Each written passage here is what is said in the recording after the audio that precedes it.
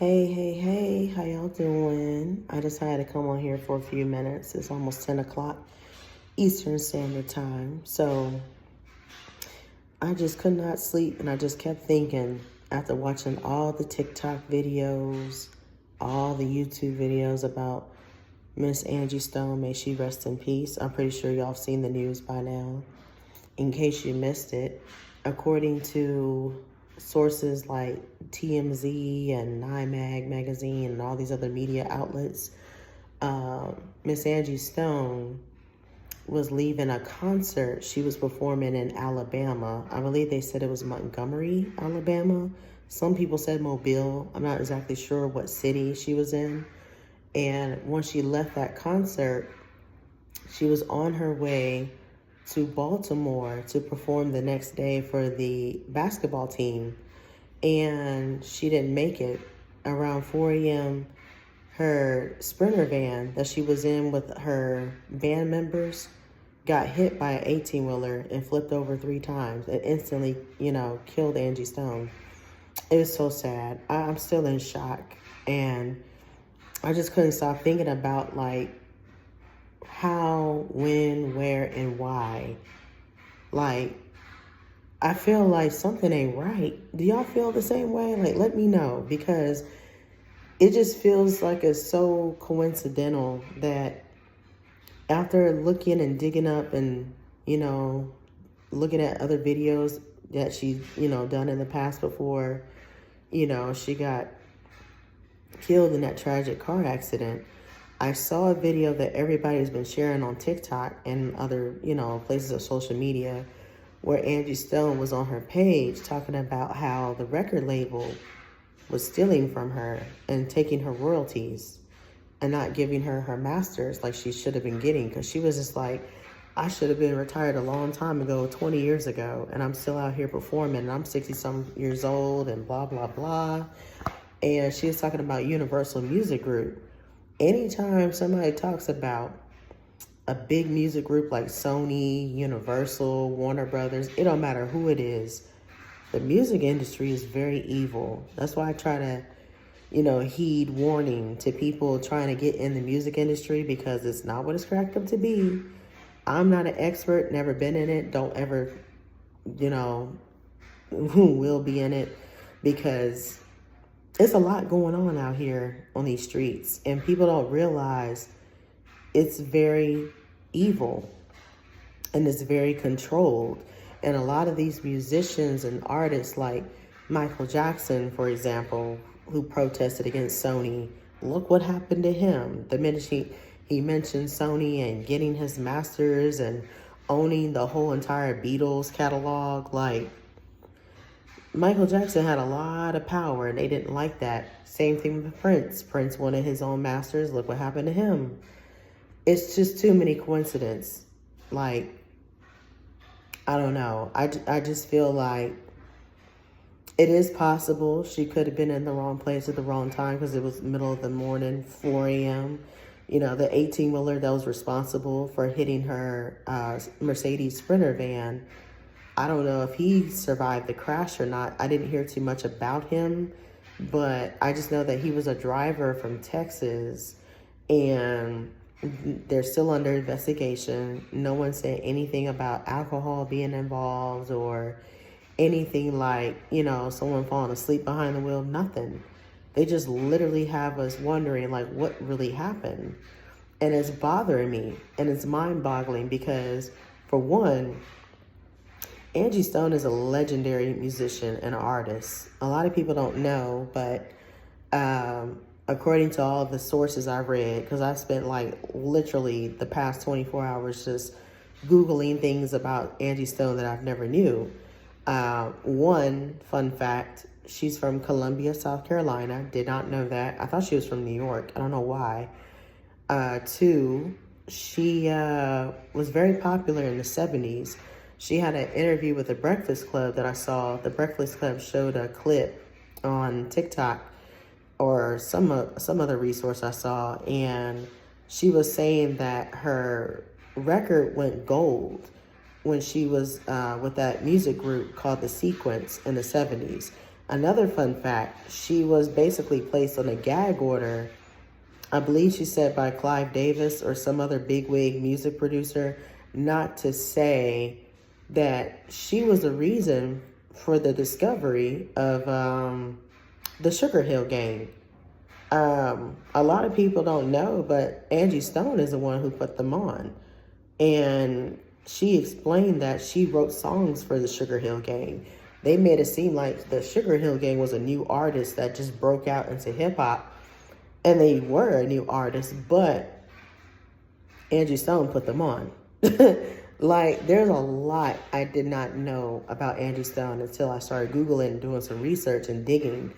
And I also learned that she trained Mary J. Blige in the 90s. She worked with a lot of big name artists that she personally produced songs for. She wrote a lot of songs for a lot of famous musicians.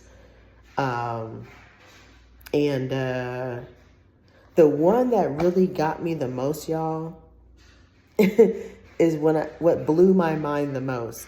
This whole entire time, you know, growing up watching TV as a kid, you know, back in the day in Texas, I did not know until today, years old, that Angie Stone was the voice behind the famous theme song Girlfriends, the TV show on BET. The whole entire time, my girlfriends, that song was Angie Stone's voice. I had no idea. Did y'all know that? I sure as hell didn't know that. I was like, what? Like, everybody's been talking about that. It's been trending on social media like clockwork. And I was just shocked because there's a lot of things I did not know about Angie Stone. And another thing I learned about her, I already knew she had a child with D'Angelo. She had a son. But what I did not know, she also had a daughter from a previous relationship back in the day. Apparently, she had an ex-husband. Don't know who he was, but they called him Lil C. He was part of a funk rap hip-hop group back in the day, like in the 70s, that she met when she was very young. And she had her daughter by him. And Angie Stone actually did hip-hop, not R&B originally when she first came out onto the music scene. That's another thing I didn't know. The trio, the sequence, was like a mix of funk and R&B and hip-hop. I didn't know she rapped, but nobody told, you know, the world that Angie Stone was originally a rapper when she first came out in a group. Then she eventually went solo when the 90s came and the 2000s came. And another thing I totally forgot is that Angie Stone was in several movies. She was in a movie called The Fighting Temptations with Beyonce and Cuba Gooding Jr.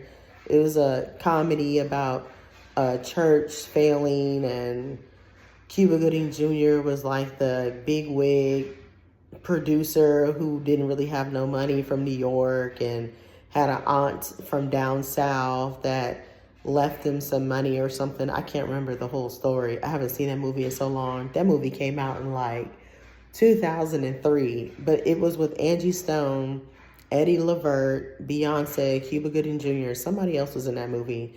The lady from the Golden Girls, I forgot her name, that old white lady. She was in there too. And Samuel Jackson's wife, I forgot her name, but Samuel Jackson's wife was in there too.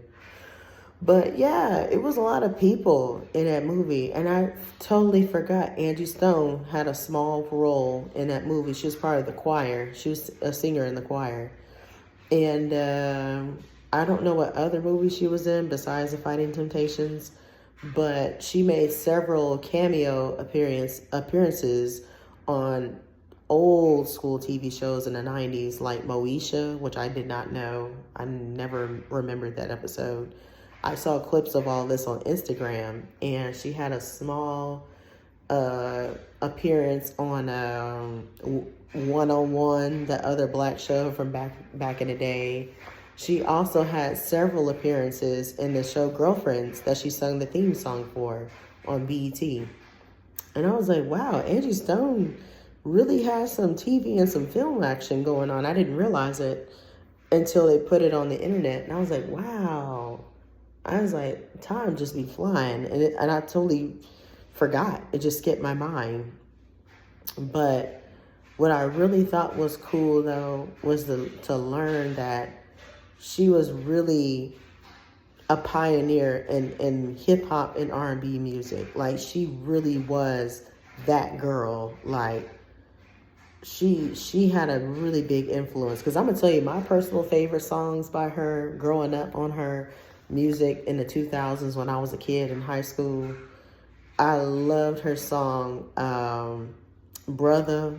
I used to watch the music video all the time on BT 106 in Park. I love her song No More Rain. And I loved her song Wish I Didn't Miss You Anymore. It was a remix of the original song by the OJs. But yeah, she had a lot of hit singles.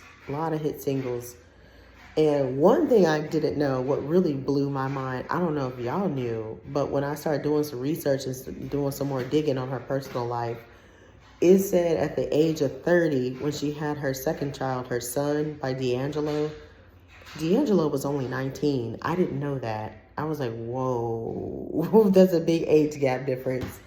I mean, don't get me wrong, they were both adults at the time, but still, I was just like, Angie was really out here in these streets. But I don't know what ever happened to D'Angelo, but D'Angelo don't be on TV no more.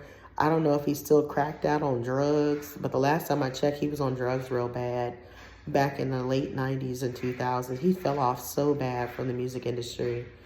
I never see anything about him. He don't do no interviews. It's like he went in complete ghost mode. I don't know what happened to D'Angelo, but Angie was on track. Like, her very last live video she did on her Instagram page, when she was talking about how the music industry stole from her and stuff, she also mentioned she had upcoming tours. Like, she was scheduled to be on several different tours around the country, and she was about to make some money. And I think that's what triggered a lot of people and set those, evil music execs off. But I could be wrong, but something just don't feel right, because after I learned the specific details of her tragic car accident, they said she was the only one that died. Everybody else in the Sprinter van lived. There were 9 people in that Sprinter van. She was the only one that passed away. Everybody else survived with critical injuries. And I said, how? Like, it don't make no sense. Make it make sense. And before she had this tragic car accident, she mentioned before she was sick. She went to the hospital for some kind of blood clot illness she had going on. I don't know. Some kind of respiratory infection or something. It was something major. I can't remember what it was. But I just feel like this whole thing with her, it just don't sit right with me. I feel like this was done intentionally. I think this is intentional. I really do, because y'all know how the industry is. The industry will take anybody out by any means when they hear anything about $1. Because, like, you can't trust nobody. People are just straight up evil. It's sad. And then besides Miss Angie Stone's passing, I learned the day before Angie Stone passed, Roberta Flack passed. I didn't even know she was still alive. Miss Roberta Flack, a very, very famous R&B musician from the 70s, who did performances with people like Donny Hathaway and all types of other people, all types of R&B artists.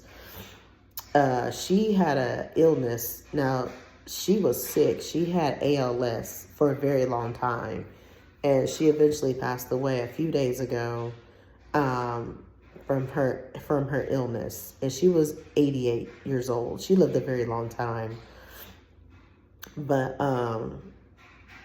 yeah, I was just still speechless and baffled. When I heard Angie Stone died, I cried.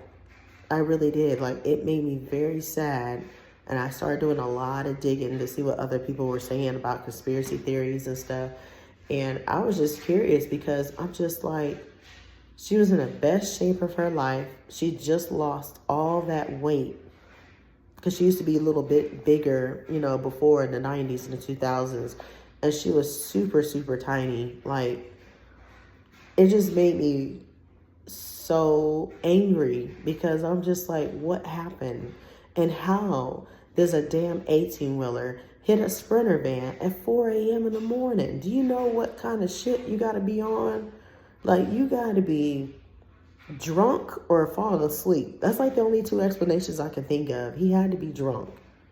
If he wasn't drunk, he had to be falling asleep.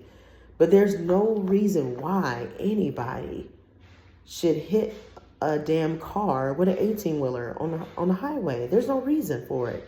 And when I looked at the video, because y'all know they shared clips of the aftermath of the accident, I saw the clip of the Sprinter van that she was in. It was upside down. I saw the tracks in the grass. And I saw the 18-wheeler way on the other side of the tracks. The 18-wheeler was flipped over too. So I don't know what could have happened, what caused that 18-wheeler to hit them and flip over like that. But something just ain't right. Something don't sit right in my spirit. That's why I just had to talk about it. Because Angie was a real one. She wasn't one of the fakes. Like, she was really out here. Like, she was a natural born hustler. She really worked hard for her music. And that's what I really admired about Angie Stone. You know, like, ever since I was a kid in high school, growing up in the 2000s, I love artists like her and people like Mary J. Blige, D'Angelo, and Tree. Like, she did a lot of collaborations with people, and people just don't realize it. She wrote a lot of songs for a lot of people. And I believe, if I'm not mistaken, she won a couple of Grammy Awards, or she was nominated for Grammy Awards. I'm not too sure if she won any or not, but she was the main influence for Lauryn Hill. I can tell you that right now, because I heard that she wrote several songs for Lauryn Hill. And what was the guy's name? Anthony Hamilton. She did some collaboration work with Anthony Hamilton. Like, a lot of your favorite R&B artists she collaborated with, or she wrote songs for them, and people just don't even know it. But yeah, I was just like, man, what? Like, why Angie Stone? Like, this reminds me of the time when Left Eye was killed in a car accident. Y'all remember Left Eye from TLC? Left Eye was in a van with 9 other passengers, or 8 of the passengers. It was 9 of them. She happened to be the only one that mysteriously died, and everybody else survived the crash but her. And I think that was a setup too, because Left Eye's stuff was all over the place. Like, she went to Guatemala to like do like a spiritual awakening and find herself. And she was also down there because of Dr. Sebi. You remember the herbal guy, Dr. Sebi, that did all the herbal stuff back in the day? Well, she was doing a documentary, and she was going to release a documentary about Dr. Sebi's vegan stuff.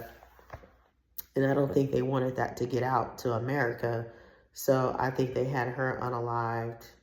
I hate to say it, but I really do. And same thing with Aaliyah.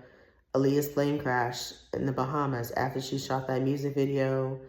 I seen all the conspiracy videos everywhere saying that she didn't want to get on the plane. There was too much weight on the jet. She was supposed to be on Lenny Kravitz's plane. She ended up taking Hype Williams' plane instead, the music producer. And word on the street, according to people like Jaguar Wright, don't know how true it is, but they're saying that they gave Aaliyah sleeping pills to help her sleep and knocked her out, put her on the plane. The plane crashed. Her and all her dancers instantly died. But the pilot was the only one that survived. And I'm just like, how the fuck does the pilot survive, but the Aaliyah and her dancers don't survive? And that was 2001. And then right after Aaliyah died, 2002, that's when Left Eye died. And I noticed that every single artist that was like really big, like Aaliyah, Left Eye, Prince, Michael Jackson, they all had one thing in common, and Whitney Houston too. They were all trying to fight to get their masters. Because if you think about it, a lot of your favorite artists don't have access to their masters. They're not getting their royalties like they should be doing. They're broke or they're going broke, and they're playing karaoke around the world to make money because they don't have their masters. And when people start digging deeper and deeper and they find out all these corrupt record labels are stealing from them, that's what happens. But yeah, I just couldn't sleep, and I just couldn't stop thinking about what happened to Angie Stone. It really ticked me off. Like, I shared some videos of her from back in the day on social media and stuff, just as a little memory deal, just to go down memory lane. But it's so sad. It's just so sad. I just hope and pray that she had a living will of some sort of estate to help her children, because if she didn't have no will, her legacy is pretty much screwed. Because I notice a lot of these artists, they don't be having no wills in place. They don't have no type of planning in case anything does happen to them. Their children are not taken care of. They have to set up GoFundMes for funeral arrangements. It's really sad. But I'm hoping that she had some paperwork in place. But I wanted to read these lyrics real quick before I go, from her song called Brother. And this song came out in 1999. And it's so powerful. Like, if you listen to the lyrics, this is how you know she was like a true artist. Like, she was really true to her craft as a songwriter and a singer. Okay, these are the lyrics. This is the first verse I'm going to read, and then I'm going to read the chorus. He is my king. He is my one. Yes, he's my father. Yes, he's my son. I can talk to him because he understands everything I go through and everything I am. That's my support system. I can't live without him. The best thing since sliced bread is his kiss, his hugs, his lips, his touch. And I just want the whole world to know about mine. And this is when she goes into the chorus.